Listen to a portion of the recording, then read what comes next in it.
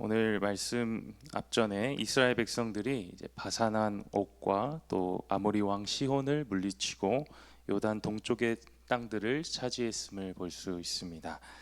그림을 보시면 이스라엘 백성들이 차지한 동쪽의 땅들입니다. 오늘 그리고 민수기 31장 말씀을 보면 이스라엘이 미디안 족속과 싸워 이겼음을 우리가 볼 수 있는데요. 내려주셔도 좋습니다. 하나님께서 이 이스라엘 백성들을 이제 가나안 땅으로 인도하시기 직전의 상황입니다. 그런데 이 미디안과의 싸움을 통하여서 이스라엘 백성들이 많은 전리품을 얻게 됩니다. 민수기 31장 32절과 34절까지의 말씀 보면 그 탈취물 곧 군인들의 다른 탈취물 외에 양이 67만 5천 마리요 소가 7만 2천 마리요 나귀가 6만 1천 마리요. 이렇게 어마어마한 분량의 전리품을 이스라엘 백성들이 이 전쟁을 통하여서 얻게 된 것입니다. 그런데 문제는 이 많은 가축들로 인하여서 이스라엘 백성들에게 욕심이 생겨났다는 것입니다. 그로 인해 하나님의 약속을 바라보기보다 이제 하나님께서 주신 이 물질 자체에 집중하는, 그들이 이 물질의 시선을 빼앗기게 되는 일이 벌어진 것입니다.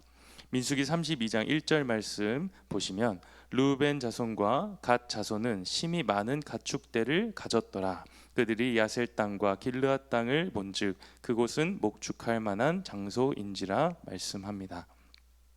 당시에 이 가축들은 재물의 상징이었습니다. 그런데 르우벤 자손과 갓 자손은 이 하나님께서 주신 가축들, 이 전리품들을 어떻게 하면 더 많이 얻을 수 있을까? 어떻게 하면 더 잘 기르고 우리가 그 부를 잘 축적할 수 있을까에 관심을 두었습니다. 그러다 보니 요단 동편을 바라봤는데 이 야셀 땅과 길르앗 땅이 너무나도 좋아 보이는 것입니다. 이 땅이 목축하기에 너무나도 좋고 여기서 양과 소와 나귀를 기르면은 너무나도 잘 기를 수 있을 것 같은 그런 확신이 드는 것입니다. 그래서 이들은 모세와 지휘관들에게 나와서 이 땅을 달라고 요청합니다. 아직 가나안 땅을 들어가기도 전이었는데, 정복 전쟁이 시작하기도 전이었는데 이들은 우리는 가나안에 들어가지 않겠다고 말합니다.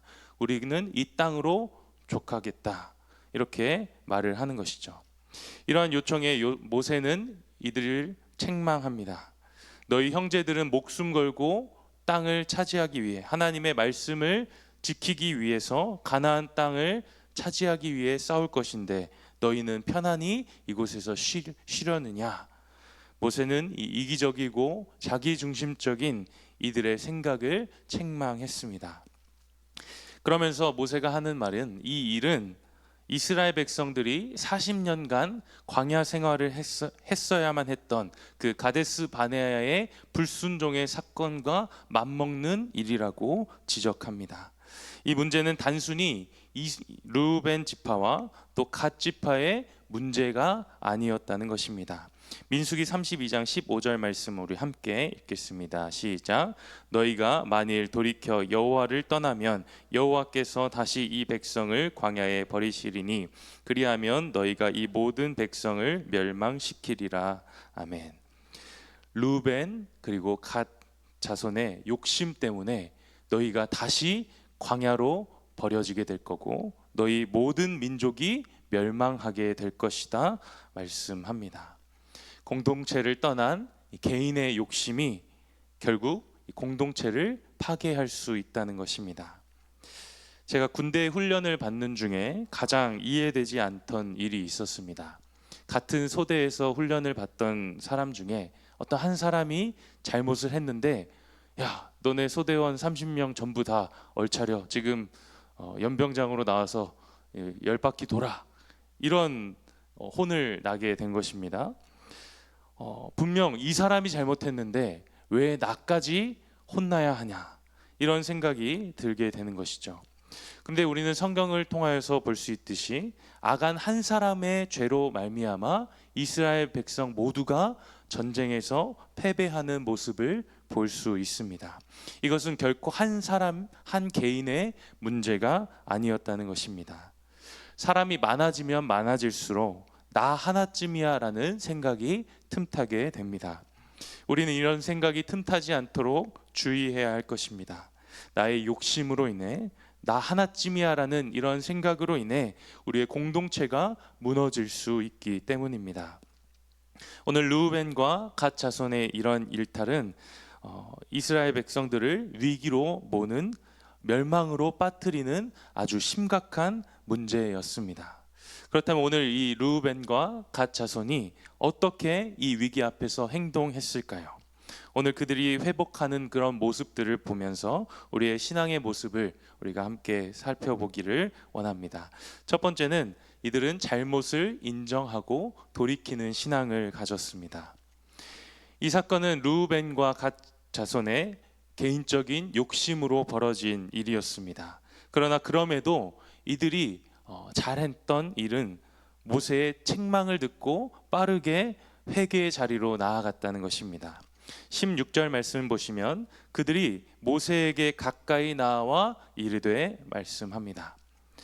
모세의 책망을 듣고 르우벤과 갓 자손은 모세에게 가까이 나아갔다 말합니다. 여기서 가까이라는 말은 만지고 입 맞추고 또 포옹할 수 있을 만큼의 거리를 이야기합니다. 즉 만지고 입 맞추고 포옹할 수 있을 만큼의 친밀함을 이야기하기도 합니다. 즉 르우벤과 갓 자손은 모세의 책망을 듣고 모세의 말이 맞음을 인정하는 것이죠.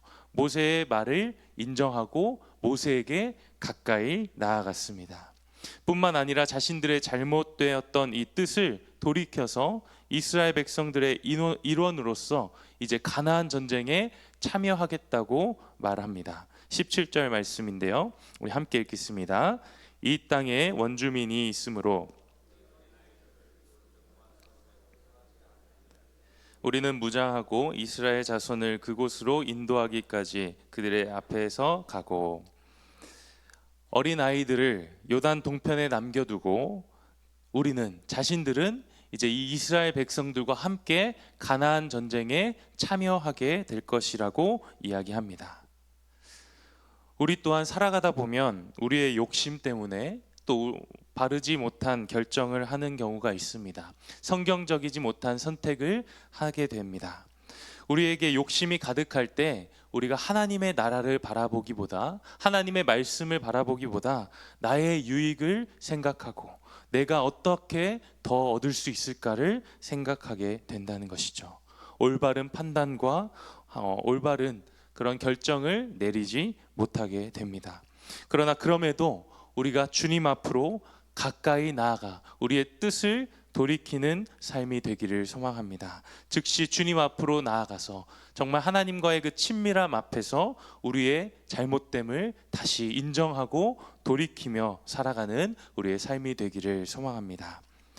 두 번째로 르우벤 자손과 갓 자손을 통하여서 우리가 배워야 할 점은 굳은 결단의 신앙의 모습입니다.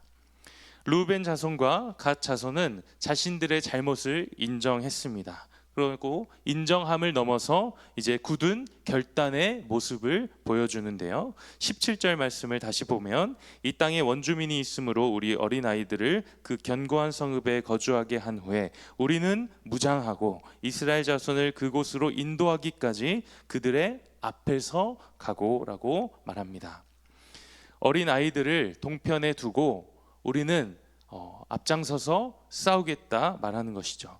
그런데 이 한글 성경의 표현으로는 일단 우리가 먼저 어린아이들을 이곳에 두고 그 다음에 우리가 싸우겠습니다라고 하는 소극적인 결단의 모습으로 표현되었지만 원문을 보면 무장하여 우리가 싸우겠다라는 이 표현이 가장 먼저 나오게 됨을 볼 수 있습니다.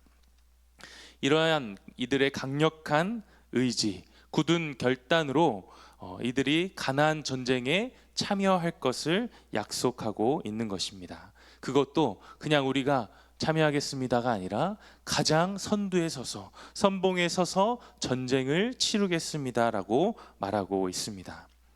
전쟁에 참여하지 않겠다고 요청했던 이들이 이제는 그 뜻을 돌이켜 이스라엘을 위하여서, 이 공동체를 위하여 가장 앞서 싸우겠다고 말하고 있다는 것입니다. 18절에는 이렇게 말합니다. 이스라엘 자손이 각기 기업을 받기까지 우리 집으로 돌아오지 아니하겠사오며. 내 땅, 내 자녀, 내 재물, 이러한 것들을 우선순위로 여겼던 이들이 이제는 가나안 정복이 끝날 때까지 우리가 이곳으로 돌아오지 않겠다고 말합니다. 모든 이스라엘 족속들이 땅을 분배받기 전까지 우리는 우리의 집으로 돌아오지 않겠다 다짐한 것입니다. 이러한 결단은 어떠한 결단입니까? 삶의 우선순위를 바꾸는 결단입니다. 오늘 우리에게도 이러한 결단이 필요합니다. 회개는 잘못했음을 인정하는 것으로 끝나는 것이 아니라 진정한 회개는 돌이켜 그것으로 나아가는 것, 바른 길로 걸어가는 것까지 회개입니다.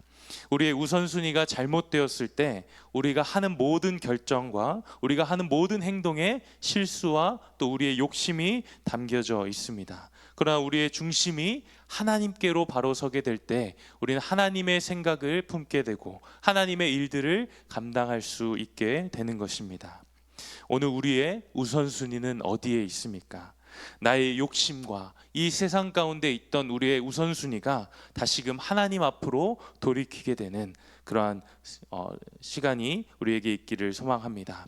오늘 르우벤과 갓 자손과 같이 하나님을 우선순위로 두는 그러한 굳은 결단이 우리 가운데 있기를 소망합니다. 세 번째로 르우벤과 갓 자손은 여호와 앞에서의 신앙을 가졌습니다. 모세는 이들의 요청대로 무장하고 가나안에서 싸울 것을 이야기했습니다. 그런데 모세가 이들에게 한 가지 강조하는 사실이 있습니다. 그것은 무엇이냐? 20절과 21절과 22절 말씀에 계속해서 나오는 표현인데요. 우리 21절 말씀 같이 읽겠습니다. 시작. 너희가 다 무장하고 여호와 앞에서 요단을 건너가서 여호와께서 그의 원수를 자기 앞에서 쫓아내시고. 모세는 이 전쟁을 어떤 전쟁이라 표현합니까? 이 세상의 전쟁이 아니라 여호와 앞에서의 전쟁이라 말합니다. 여호와를 위한 전쟁인 것입니다. 그렇기에 르우벤과 갓 자손이 우리가 앞서 싸우겠습니다, 이 가나안 전쟁에 참여하겠습니다라고 하는 이 약속은 사람들 앞에서, 모세 앞에서 한 약속이 아니라 하나님 앞에서 한 약속이라는 것입니다. 그렇기 때문에 이 약속이 지켜지지 않을 시에 어떤 일이 벌어지냐? 23절 말씀, 너희가 만일 그같이 아니하면 여호와께 범죄함이니 너희 죄가 반드시 너희를 찾아낼 줄 알라. 만일 이들이 약속을 이행하지 않을 시에는 하나님께서 그들을 벌하실 것을 이야기하고 있습니다.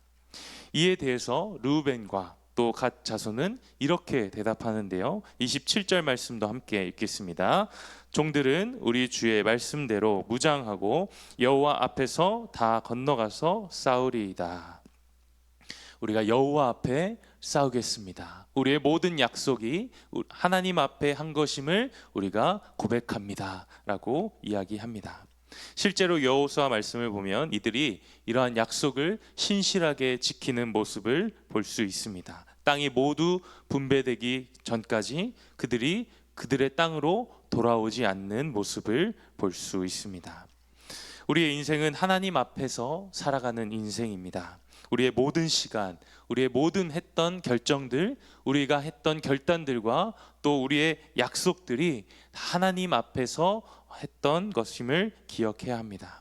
오늘도 우리가 여호와 하나님 앞에서 살아감을 잊지 않고 우리의 모든 생각과 말과 행동이 하나님 보시기에 흡족한 거룩한 주님의 자녀로 살아가기를 축복합니다. 말씀을 정리합니다. 오늘 우리는 욕심으로 인하여 올바르지 못한 선택을 했던 이 두 지파의 이야기를 보았습니다. 그러나 이들은 모세의 말을 듣고 돌이키며 회복하는 과정 가운데 있었습니다. 우리 또한 세상이 우선순위 되었던 우리의 마음을 내려놓고 하나님의 말씀으로 우리가 돌이키기를 소망합니다. 하나님께로 가까이 나아가는 우리의 삶이 되기를 소망합니다. 또한 우리의 우선순위가 하나님 되도록 우리가 굳은 결단을 가지고 이 결단을 하나님 앞에서 한 약속임을 우리가 기억하며 하나님께서 주신 우리의 오늘 하루도 하나님 앞에서 신실한 그 약속을 이행하며 살아가는 주님의 거룩한 자녀로 되시기를 간절히 소망합니다. 기도하겠습니다. 하나님 아버지, 오늘도 말씀을 듣고 돌이키게 하심에 감사합니다. 르우벤과 갓 자손들과 같이 하나님의 말씀으로 돌이키며 하나님께 가까이 나아가는 우리의 삶이 되게 하여 주시옵소서. 우리의 삶의 모든 우선순위가 하나님 되게 하시고 하나님이 우리의 삶의 중심 되어서 날마다 결단하며 살아가는 우리의 삶이 되게 하여 주시옵소서. 우리의 모든 인생이 하나님 앞에서 살아감을 잊지 않게 하시고 신실하신 주님을 닮아가는 우리의 삶이 되게 하여 주시옵소서. 예수님의 이름으로 기도합니다. 아멘.